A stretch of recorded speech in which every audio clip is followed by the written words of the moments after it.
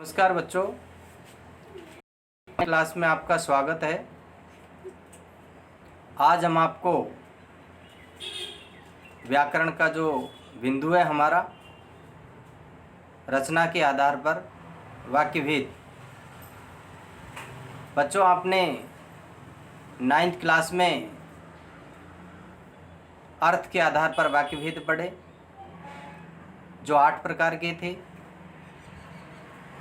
अब हमें पहचानना है कि रचना के आधार पर कैसे वाक्य का निर्माण है वो किया जाता है और किस प्रकार से वाक्य की पहचान की जाती है कि यह वाक्य किस प्रकार का है। क्या इस वाक्य में 2 वाक्य मिले हुए हैं? क्या इस वाक्य में कर्ता और क्रिया है? क्या इस वाक्य में किसी दूसरे वाक्य के ऊपर आश्रित उपवाक्य है? तो आज आपको ये बताने जा रहे हैं कि रचना के आधार पर वाक्य जो है वो किस प्रकार से बनाए जाते हैं। तो आइए अध्ययन करते हैं हम वाक्य के ऊपर कि वाक्य क्या है। तो देखते हैं हम कि वाक्य किसे कहते हैं और वाक्य की परिभाषा क्या है। तो देखिए बच्चों, वाक्य जो है शब्दों से बनते हैं, शब्द वर्णों से बनते हैं। जिस प्रकार वर्ण है हमारे क, ख, ग, घ, ये वर्ण है। अगर हम क, म, ल इन तीनों को अगर एक समूह में मिला दें तो हमारा एक शब्द बन जाएगा कमल। अगर हम इसके साथ अन्य शब्दों को और जोड़ दें तो जैसे कमल का जो पुष्प हमारा राष्ट्रीय पुष्प माना जाता है, तो एक वाक्य बन गया एक तरीके से। तो इसी प्रकार से यहाँ पर जो वाक्य की परिभाषा दी गई है, ऐसा सार्थक शब्द समूह जो व्यवस्थित हो तथा पूरा आशय प्रकट कर सकें, वाक्य कहलाता है।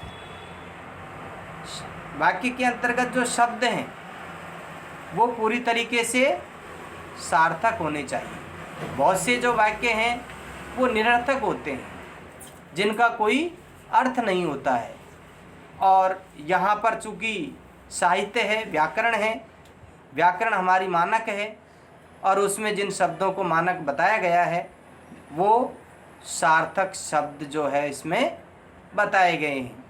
तो यहाँ पर सार्थक शब्दों का एक समूह है, उसे हम वाक्य में पिरोते हैं और एक पूरा वाक्य का निर्माण है वो किया जाता है।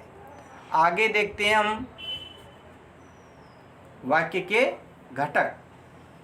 अब आखिरकार वाक्य जो है उसमें कौन कौन से ऐसे घटक होते हैं जिनसे वाक्य में एक तरीके से प्रमुख माना जाए। तो वाक्य के मूल एवं अनिवार्य घटक जिनके बिना वाक्य का निर्माण नहीं किया जा सकता। तो देखिए, वाक्य के जो घटक हैं उसमें कर्ता, वाक्य के घटक में क्या है? कर्ता। अब कर्ता किसे कहते हैं? जो कार्य को करता है उसे हम क्या कहते हैं? कर्ता। जिस प्रकार से मैं आपको पढ़ा रहा हूँ तो मैं स्वयं क्या हो गया? कर्ता। और आगे है क्रिया, पढ़ाना क्या है? क्रिया है। तो उसी प्रकार से इसके जो मूल एवं अनिवार्य घटक हैं उसमें कर्ता एवं क्रिया है। आगे हैं इन वाक्यों को मिलाकर ही किसी वाक्य की रचना होती है। कौन कौन से वाक्यों को मिलाकर के? कि वाक्य के अंतर्गत कर्ता और क्रिया, इसके द्वारा वाक्य की रचना की जाती है। रचना का मतलब होता है बनाना, रचना का मतलब होता है निर्माण करना। तो इसी प्रकार से उदाहरण दिया गया यहाँ पर रमा मिली। रमा यहाँ पर क्या है? कर्ता है, मिली क्या है यहाँ पर, क्रिया है। उसी प्रकार से एक अन्य उदाहरण दिया गया है, सुनीता गाएगी, तो सुनीता यहाँ पर क्या है, कर्ता है, और गाएगी क्या है, क्रिया है। उसी प्रकार से अन्य उदाहरण है, तुम खाओ, तुम दूसरे के लिए है और खाओ क्या है, इसमें क्रिया है। तो इस प्रकार से वाक्य के जो घटक है या जिनके बिना वाक्य की रचना नहीं की जा सकती है, उनमें है कर्ता और क्रिया। इनके बिना वाक्य का निर्माण नहीं किया जा सकता है। आगे देखते हैं हम, वाक्य के अंतर्गत कौन कौन सी जो पक्ष होते हैं या वाक्य के कितने पक्ष माने गए हैं।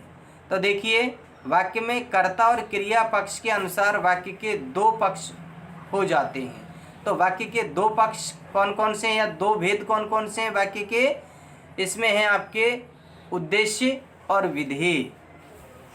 बच्चों, आप जानते हो कि कोई भी चीज़ जो बनी है उसका कोई न कोई एक उद्देश्य है, और बिना उद्देश्य के किसी का निर्माण नहीं होता। जिस तरीके से यहाँ पर जो उद्देश्य है, अब मैं आपको पढ़ा रहा हूँ, तो पढ़ाना क्या है, एक तरीके से क्रिया है, लेकिन एक अच्छे चरित्र निर्माण के लिए या बेहतर एक नागरिक बनाने के लिए इसके पीछे एक उद्देश्य है, या आर्थिक भी इसका एक उद्देश्य बनाया गया है। तो उसी तरीके से जैसे कि हम बाज़ार जाते हैं, तो हम बाज़ार गए, हम यहाँ पर कर्ता है, बाज़ार गए ये क्रिया है, और बाज़ार से जो सामान लेकर के आए, क्या लेकर के आए, वह हमारा उद्देश्य है। अगर हम बाज़ार जाकर के खाली हाथ आ जाएं तो हमारा उद्देश्य पूरा नहीं होगा।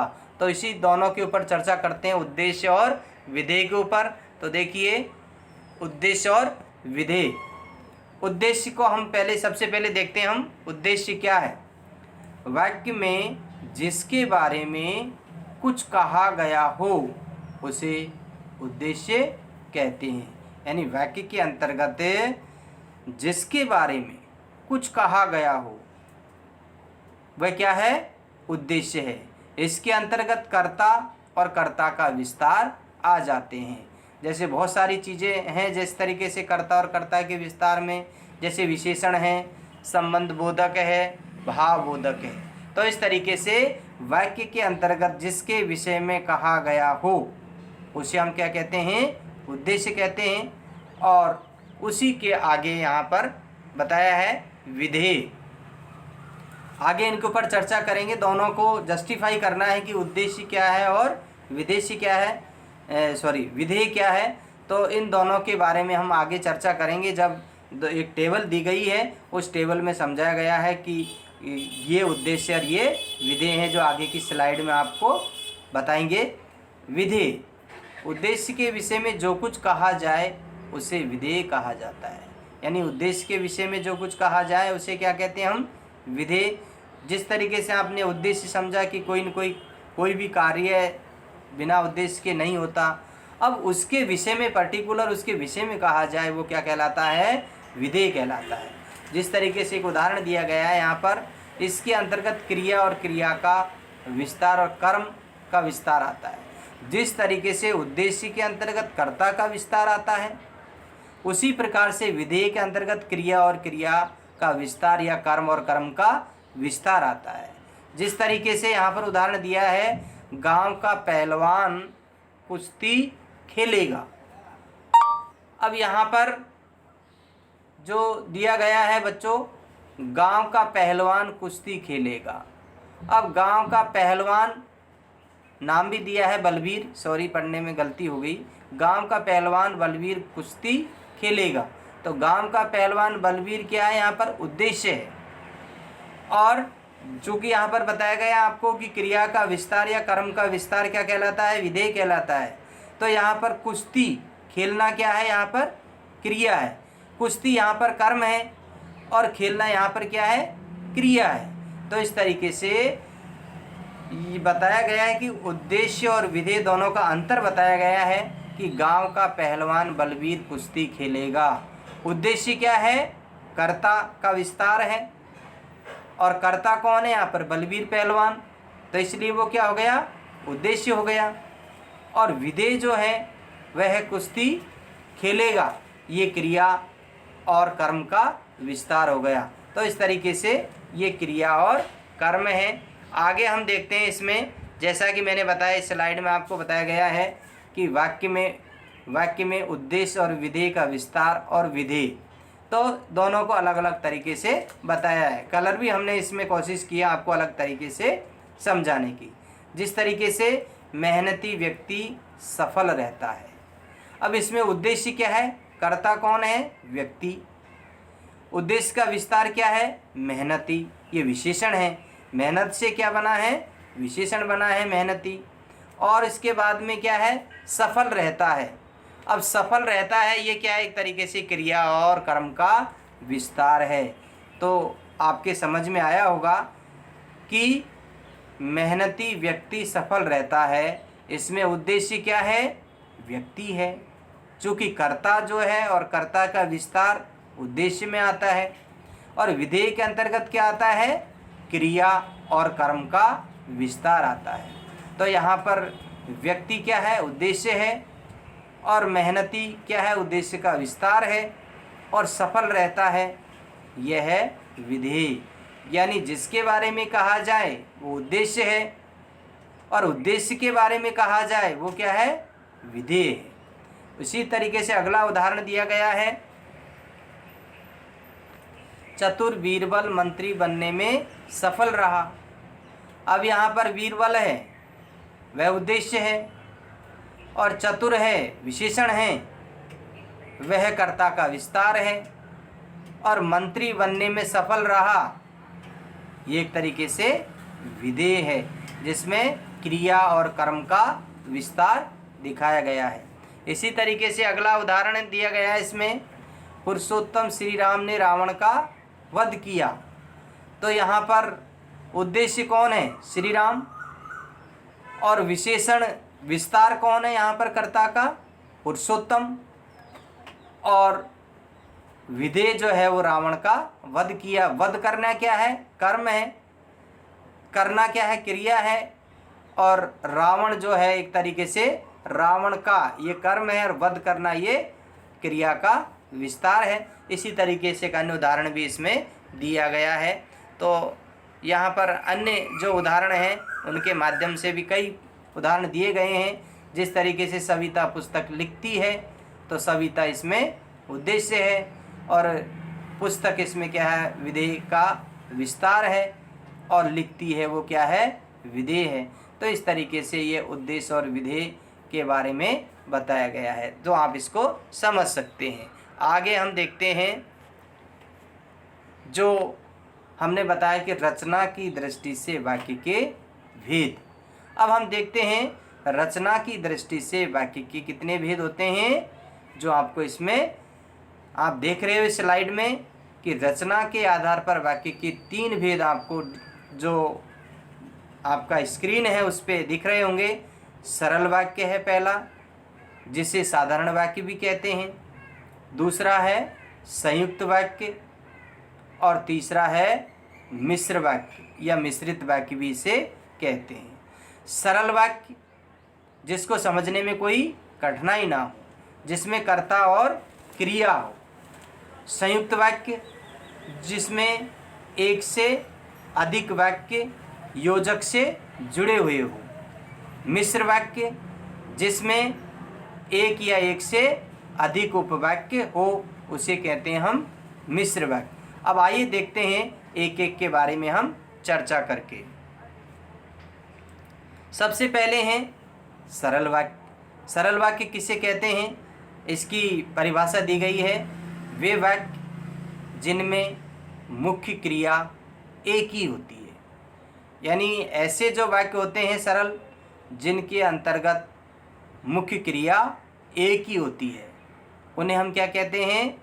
सरल वाक्य कहते हैं। जैसे पानी बह रहा है।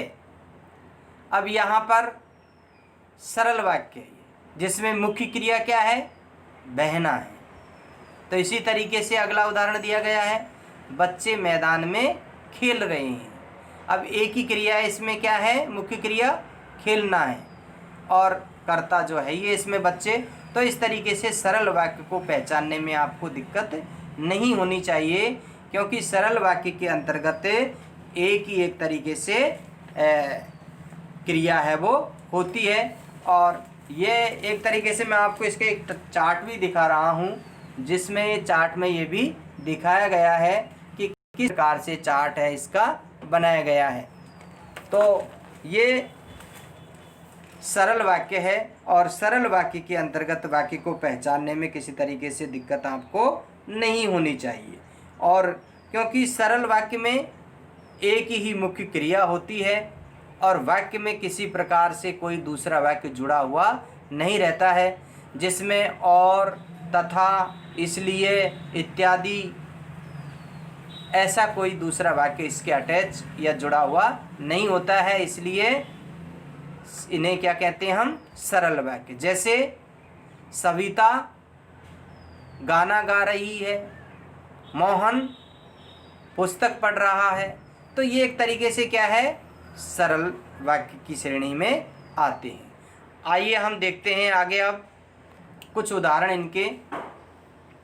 राम गेंद से खेलता है, तो यहाँ पर एक ही मुख्य क्रिया है, खेलना।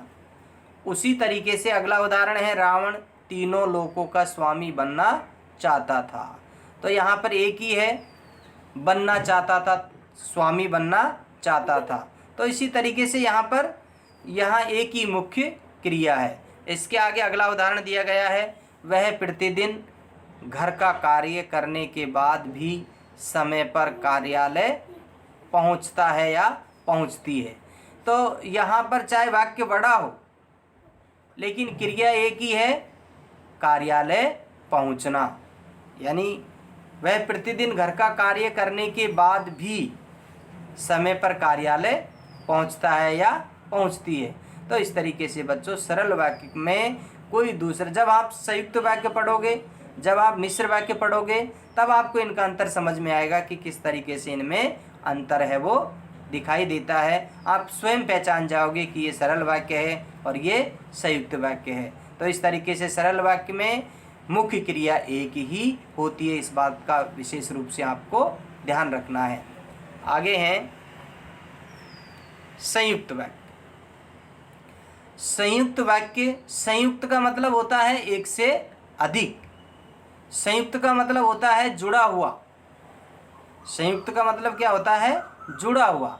आप परिभाषा भी देखोगे इसमें, इसकी मैं आपको पढ़ के सुना रहा हूँ कि संयुक्त वाक्य में दो या दो से अधिक स्वतंत्र वाक्य योजक चिन्हों से या योजक चिन्हों के द्वारा जुड़े रहते हैं।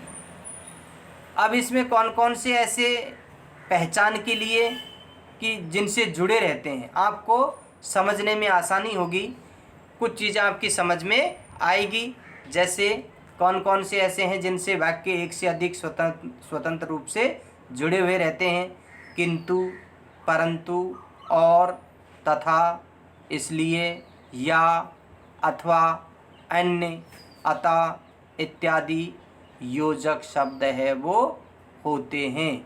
योजक का मतलब होता है, जैसे आपने द्वंद्व समास पढ़ा और द्वंद्व समास में आपने पढ़ा माता पिता, माता पिता के बीच में क्या है, डैश है, लेकिन जब उसका समास विग्रह आप लोग करते हो तो क्या कहते हैं, माता और पिता। जब उसके बीच में और लग गया तो वो दो अलग अलग जो है वो भागों में बट जाते हैं।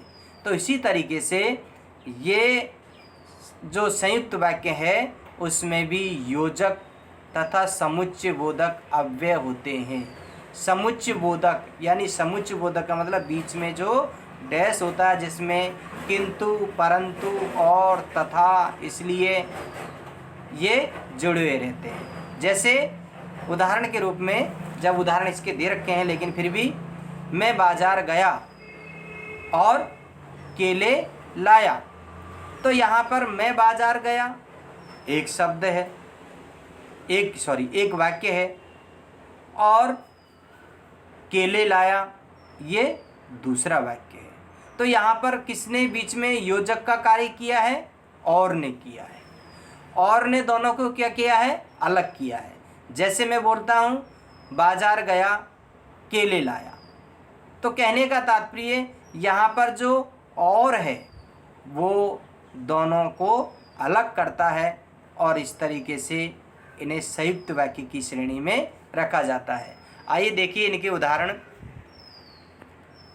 पहला उदाहरण दिया है, मुझे बुखार था इसलिए मैं विद्यालय नहीं जा सका। अब यहाँ पर मुझे बुखार था एक वाक्य हो गया। दूसरा वाक्य हो गया इसलिए मैं, इसलिए से जुड़ा हुआ है। जो पहचान आपको बताई कि कौन कौन सी पहचान संयुक्त वाक्य में होती है, और, अथवा, किंतु, परंतु। तो इसी तरीके से उदाहरण में भी आपको ये मिलेंगे पहचान के। यहाँ पर इसलिए से जोड़ा गया है। मुझे बुखार था इसलिए मैं विद्यालय नहीं आ सका या जा सका। तो इस तरीके से यहाँ पर पहचान सकते हो कि सरल वाक्य में आपने पढ़ा कि किस तरीके से कि मोहन मैदान में खेलता है। अब यहाँ पर जो संयुक्त वाक्य पढ़ रहे हो वो अलग तरीके के हैं। जैसे मुझे बुखार था इसलिए मैं विद्यालय नहीं जा सका, तो आप लोग पहचान सकते हो कि ये संयुक्त वाक्य है, ये सरल वाक्य है।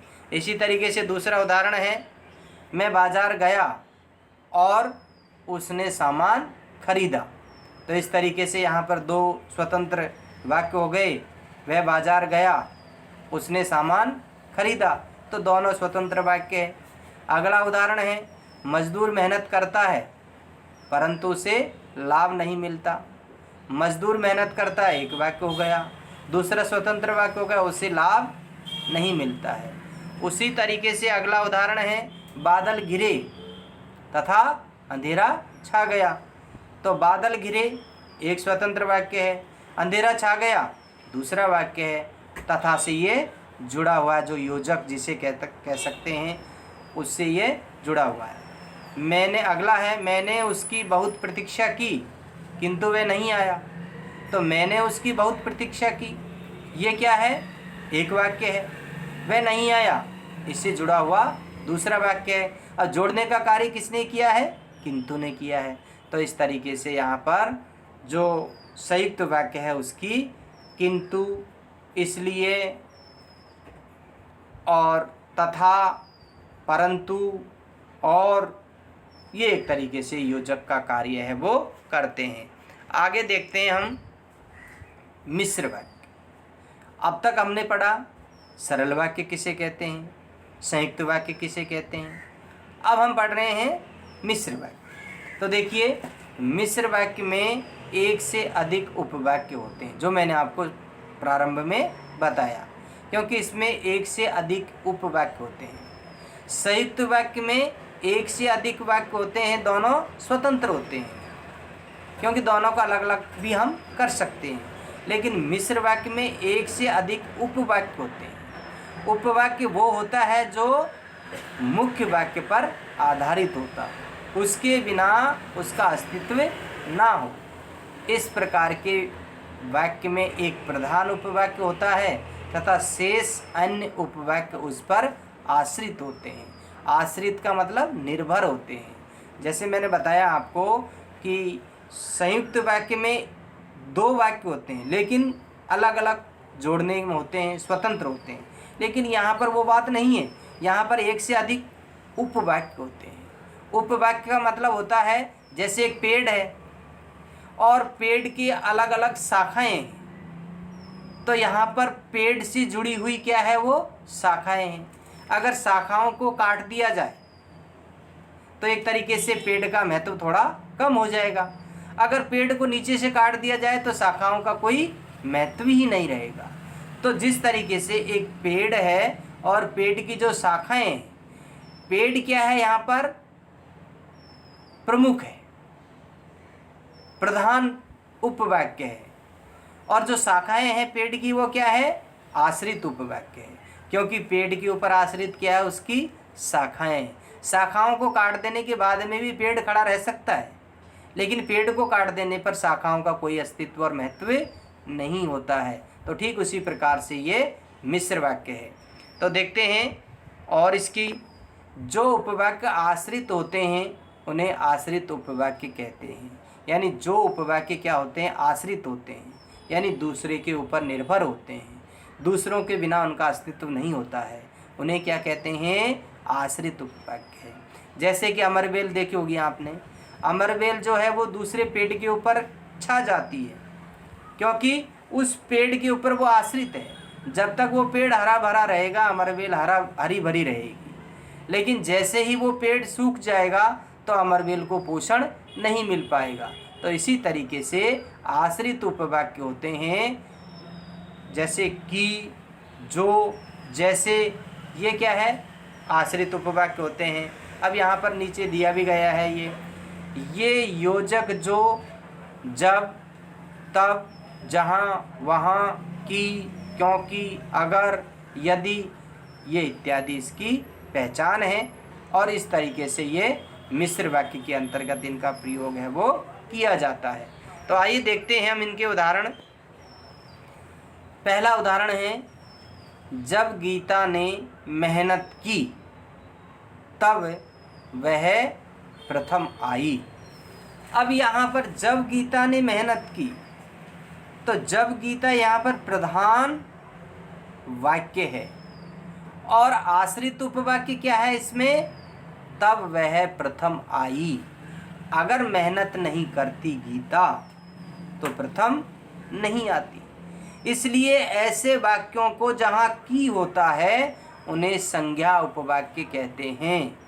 क्या कहते हैं, उन्हें संज्ञा उपवाक्य कहते हैं, क्योंकि यहाँ पर उसकी विशेषता बताई गई है। किसकी विशेषता बताई गई है, यहाँ पर गीता की विशेषता बताई गई है। और गीता की विशेषता क्या बताई गई है कि गीता ने मेहनत की तब वह प्रथम आई। तो इस तरीके से मुख्य जो वाक्य हो गया, इसमें प्रधान जो वाक्य हो गया, जब गीता ने मेहनत की, और आश्रित उपवाक्य हो गया इसका, तब वह प्रथम आई। तो इसके आगे जब और इसके पीछे तब, जब, तब, ये एक तरीके से होते हैं। जैसे अगला उदाहरण हम देखते हैं, जो छात्र परिश्रम करते हैं वे ही सफल होते हैं। अब यहाँ पर पहला जो प्रधान वाक्य क्या है, परिश्रम करना है छात्रों का, और दूसरा इस पर आश्रित उपवाक्य क्या है, वे ही सफल होते हैं। तो इस तरीके से यहाँ पर एक मुख्य वाक्य है, उसके ऊपर दूसरा आश्रित उपवाक्य है। ऐसे ही अगला उदाहरण है, जैसे ही सूर्यास्त हुआ चारों तरफ अंधेरा छा गया। तो यहाँ पर जैसे ही सूर्यास्त हुआ, अब यहाँ पर जैसे ही, यहाँ पर मिश्र वाक्य की पहचान भी है। जैसे, चूंकि, जो, जब, ये एक तरीके से इनकी पहचान भी है। तो चारों तरफ अंधेरा छा गया, इसका आश्रित उपवाक्य है। अगला उदाहरण है, यद्यपि वह दुबला पतला है तथापि वह ताकतवर है। तो इस तरीके से यद्यपि से जुड़ा हुआ है आगे, और पीछे है तथापि।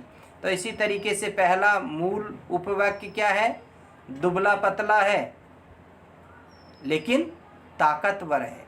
यानी पहले उसकी विशेषता बताई गई कि वह दुबला पतला है, लेकिन फिर भी क्या है, उसकी जो यानी कि प्लस पॉइंट उसका बताया गया है कि वह ताकतवर है। अगला है इसमें उदाहरण, वह विद्यालय नहीं गया क्योंकि वह बीमार है। तो यहाँ पर एक वाक्य दूसरे ऊपर आश्रित है और क्योंकि से ये जुड़ा हुआ है। तो इस तरीके से यहाँ पर ऐसे वाक्यों को मिश्र वाक्य है वो कहते हैं। तो ऐसे उदाहरण और है, वर्षा हो रही थी इसलिए वह विद्यालय नहीं गया। तो यहाँ पर पहला जो प्रधान वाक्य है वर्षा होना, अगर वर्षा नहीं होती तो वह विद्यालय जाता, लेकिन वर्षा हो रही थी इसलिए विद्यालय नहीं गया। पहला यहाँ पर एक तरीके से कारण बताया गया है, दूसरा उसको जस्टिफाई किया गया है कि काम क्यों नहीं हुआ। उसी तरीके से अगला है, तुम उस जगह खड़े रहो जहाँ बस रुकती है। अब बस रुकने का स्थान बताया गया है, तो यहाँ पर पहला है खड़े रहने का, कि जगह बताइए कि तुम वहाँ खड़े रहो जहाँ बस रुकती है। अगर हम बस रुकती है वहाँ नहीं खड़े होंगे तो बस निकल जाएगी, बस वहाँ पर रुकेगी नहीं। तो इसी तरीके से तुम उस जगह पर खड़े रहो, पहला मुख्य प्रधान उपवाक्य है, और दूसरा इसमें क्या है, आश्रित उपवाक्य है। इसी तरीके से अगला उदाहरण है, जौन परिश्रम करता तो सफल अवश्य होता। तो इस तरीके से जौन परिश्रम करता, तो ये पहला प्रधान वाक्य है, तो अवश्य सफल होता, ये उसके ऊपर आश्रित वाक्य तो यहाँ पर जुड़ा हुआ है। और अगला उदाहरण भी इसमें दिए गए हैं कि क्योंकि वह अंधेरे से पढ़ता रहा इसलिए अपनी आंखें गंवा बैठा। तो यहाँ पर वह अंधेरे से पढ़ता रहा, ये उसका मूल वाक्य है, और इसके ऊपर आश्रित है अपनी आंखें गंवा बैठा। अगला है, वह मुझसे कहता है कि आओ, और यहाँ पर वह मुझसे कहता है ये मूल वाक्य है, और आओ ये तरीके से उसके ऊपर आश्रित उपवाक्य है। तो इस तरीके से यहाँ ये उदाहरण कुछ दिए गए हैं। तुम इसलिए महान हो क्योंकि सच बोलते हो, तो ये उदाहरण दिए गए हैं मिश्र वाक्य के। मेरे पाठ्यक्रम में गोदान नामक उपन्यास है जिसे मुंशी प्रेमचंद ने लिखा। अगर इसको हम सरल वाक्य में बनाएं तो कैसे बनेगा, मेरे पाठ्यक्रम में गोदान उपन्यास मुंशी प्रेमचंद ने लिखा, या हमारे पाठ्यक्रम में गोदान उपन्यास के लेखक मुंशी प्रेमचंद है, ये सरल वाक्य हो जाएगा। तो इस तरीके से हम इससे सरल वाक्य भी बना सकते हैं। अगला है, उसने झूठ बोला इसलिए दंड पाया। झूठ बोलने के कारण उसे दंड मिला, या झूठ बोलने पर उसे दंड मिला, ये सरल वाक्य हो गया। अगर इसको हमको संयुक्त वाक्य बनाना है, उसने झूठ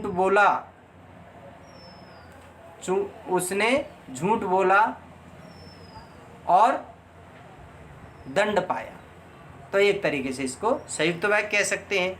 जो व्यक्ति धनी है वह हर चीज़ खरीद सकता है, ये एक तरीके से इसका उदाहरण हम दे सकते हैं। तो इस तरीके से और भी कई उदाहरण हैं बच्चों, और जहाँ तक मेरा मानना है कि आपकी ये वाक्य जो है वो समझ में आया होगा।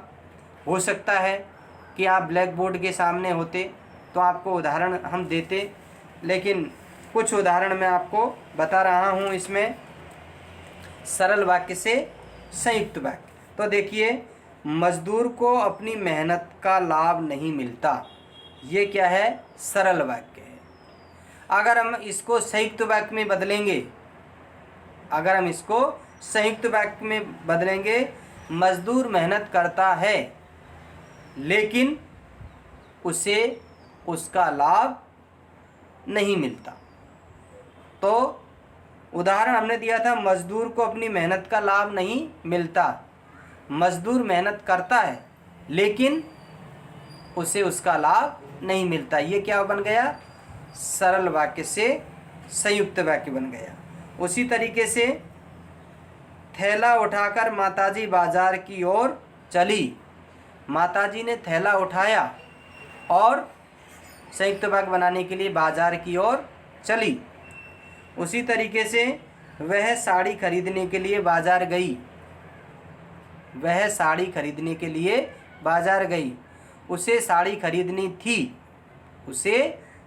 खरीदनी थी इसलिए बाजार गई। तो ये एक तरीके से सरल वाक्य से हम संयुक्त वाक्य है वो बना सकते हैं।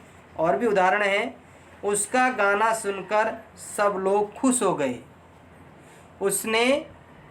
उसने सबका गाना सुना और सब लोग खुश हो गए, यानी उसका गाना सुनकर सब लोग खुश हो गए। उसका गाना सुना और सब लोग खुश हो गए। तो ऐसे हम सरल वाक्य से संयुक्त वाक्य है वो बना सकते हैं। इससे आगे हैं सरल वाक्य से मिश्र वाक्य। झूठ बोलने वालों को कोई प्यार नहीं करता। झूठ बोलने वालों को कोई प्यार नहीं करता। अब इसका हम मिश्र वाक्य बनाएंगे। जो झूठ बोलता है उसे कोई प्यार नहीं करता। तो पहला जो मूल वाक्य है, जो झूठ बोलता है, ये मूल प्रधान वाक्य हो गया, और उसे कोई प्यार नहीं करता। तो एक तरीके से ये क्या हो गया, उसके ऊपर आश्रित उपवाक्य हो गया। उसे कोई प्यार नहीं करता, ये आश्रित उपवाक्य हो गया। अगला उदाहरण है, सड़क पार करता हुआ एक व्यक्ति बस से टकराकर गिर गया। सड़क पार करते हुआ एक व्यक्ति बस से टकराकर गिर गया। तो जो व्यक्ति सड़क पार कर रहा था वह बस से टकराकर गिर गया। ये एक तरीके से सरल वाक्य से मिश्र वाक्य का उदाहरण है, वो समझाया आपको। इससे आगे हैं मिश्र वाक्य से सरल वाक्य। जो लोग झूठ बोलते हैं मुझे अच्छे नहीं लगते। ये मिश्र वाक्य है, इसे सरल वाक्य बनाएंगे। झूठ बोलने वाले व्यक्ति मुझे अच्छे नहीं लगते। तो झूठ बोलने वाले व्यक्ति मुझे अच्छे नहीं लगते, ये इसका सरल वाक्य बन जाएगा। अगला है, ऐसा काम करो जिसमें लाभ हो। अब इसका ये मिश्र वाक्य है, सरल वाक्य बनेगा लाभ का काम करो।